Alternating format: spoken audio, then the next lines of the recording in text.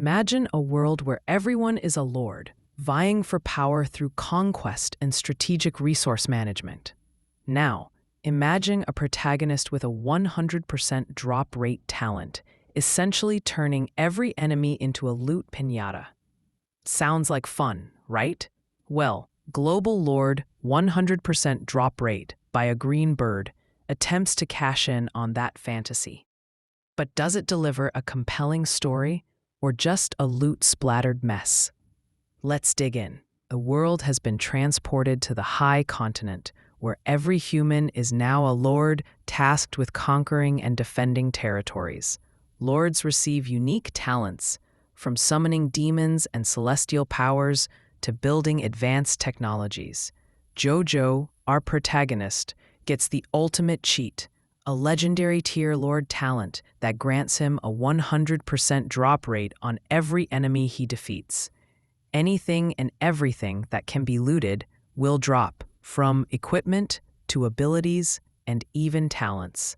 But as the stakes rise and the loot piles up, Zhou Zhou must decide whether endless power is a blessing or a curse. The central premise of a 100% drop rate is undeniably enticing, especially for gamers and loot goblins. The first few chapters establish the potential of this system, as Zhou Zhou amasses equipment, talents, and rare items at an unprecedented pace. However, the execution is wildly inconsistent. The loot drops become repetitive, with the author cycling through the same items and descriptions over and over. Despite the 100% drop rate, the distribution and usefulness of loot are poorly managed. Rare, powerful items that should alter the game completely are forgotten or underutilized. There are glaring plot holes where the MC either forgets about essential loot or misuses items he looted in earlier chapters. The High Continent is an expansive world filled with various factions, races, and terrains, yet the setting is frustratingly underdeveloped. The scale is absurdly inflated.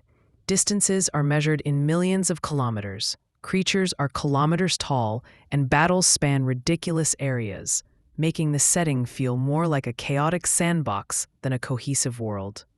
Despite the grand scope, the world lacks depth. Everything is crafted to cater to Zhou Zhou's convenience, making it less of a world and more of a stage for him to collect loot. Zhou Zhou is framed as a high IQ, strategic thinker, but his decisions rarely reflect that. The author tries to portray him as a mastermind, but his tactics boil down to brute forcing with overwhelming loot power rather than genuine strategy. His cleverness often feels forced, relying on other characters to be inexplicably incompetent to make Zhou Zhou look smarter by comparison.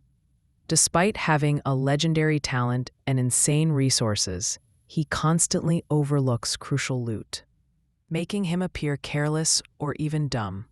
The pacing is ludicrously inconsistent. In a single day, Zhou Zhou can conquer multiple cities, sort through thousands of loot items, and train his army, all while other lords struggle to accomplish a fraction of that. This breaks immersion, as days feel stretched to the point of absurdity, undermining any sense of urgency or realism. The time flow is so skewed that characters who have only known each other for a day are described as having endured countless battles together, or having deeply bonded. Side characters are mindless drones, their personalities flattened to fit the loyal, subordinate mold.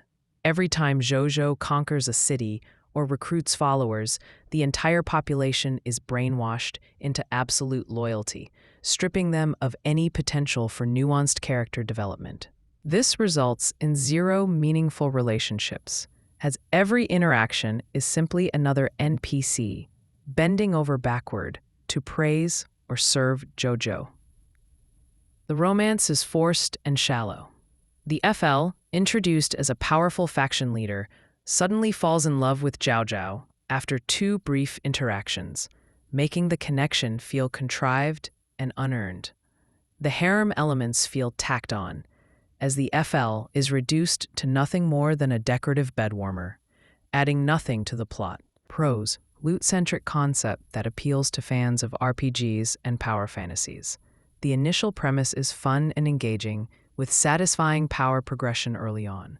Frequent updates keep the story moving quickly, making it an easy binge read. Cons: repetitive loot drops and poor item management sap the excitement. World building is inconsistent, with inflated numbers and nonsensical geography. MC is a supposed genius, but his actions and decisions contradict that image. Supporting characters lack depth, feeling more like game units than real people. Romance is forced, with zero chemistry and harem elements that add nothing to the plot. Global Lord: 100% drop rate is a classic case of a promising concept bogged down by poor execution. The loot-centric system is initially engaging, but it quickly devolves into repetitive item descriptions, plot holes, and inconsistent world building. While it may appeal to RPG enthusiasts and fans of overpowered MCs, the lack of strategic depth, forced romance, and inconsistent pacing make it a difficult read for those looking for a more grounded, well-structured story. Rating: 5.8/10.